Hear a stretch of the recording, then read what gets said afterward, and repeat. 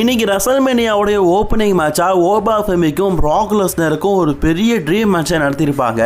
ஓபா ஃபெமி டபிள்யூக்கு வந்து சில மாதங்களே ஆன ஒரு பிளேயர், அதுவும் அவருக்கு 27 வயதே ஆச்சு.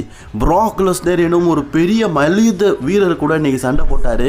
இந்த மேட்ச் பெரிய இன்ட்ரெஸ்ட் இருந்தாலும் கண்டிப்பாக இந்த மேட்சில் ப்ராக் லெஸ்னர் வெற்றி பெறுவார் அப்படிங்கிற நம்பிக்கை பல பேருக்கு இருந்தது.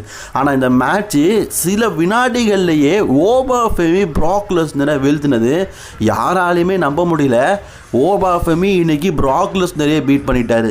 அதாவது இதே மாதிரி தான் அண்டர்டேக்கருடைய கெரியரை பற்றி நான் முடிச்சிருப்பார் அன்னைக்கு நம்ம Prague Lesnar.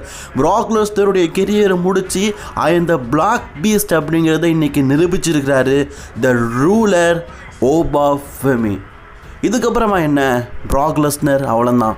ஓபா Femi the new WWE face ஆஃபாக இப்போ இந்த இடத்துல உதிரிச்சிருக்காரு. ப்ராக் லெஸ்னர் போகும்போதே பார்த்தீங்கன்னா தன்னுடைய மக்கள் மத்தியில் முன்னாடி தன்னுடைய ஃபேன்ஸ் மத்தியில் தன்னுடைய ரிட்டையர்மெண்ட்டை இன்டைரக்டாக சொல்லிட்டு போகிறாரு. ஸோ போகும்போதே பார்த்தீங்கன்னா தன்னுடைய க்ளவுஸு பூட் எல்லாத்தையுமே அந்த இடத்துல கலத்தி விட்டுட்டு ப்ராக் லெஸ்னர் பார்த்தீங்கன்னா அப்படியே சோகமாக அந்த இடத்த விட்டு போகிறாரு. ஆக்சுவலி ப்ராக் லெஸ்னர் பார்த்தீங்கன்னா இதுதான் அவருடைய லாஸ்ட் மேட்ச். ஸோ அதனால தான் இன்றைக்கி ஓபா ஃபெமி கிட்ட தோத்துட்டு அரங்க முழுக்க இருக்கிற ஃபேன்ஸ் எல்லாருமே பார்த்தீங்கன்னா சோகப்படுத்திட்டு போயிருக்கிறாரு.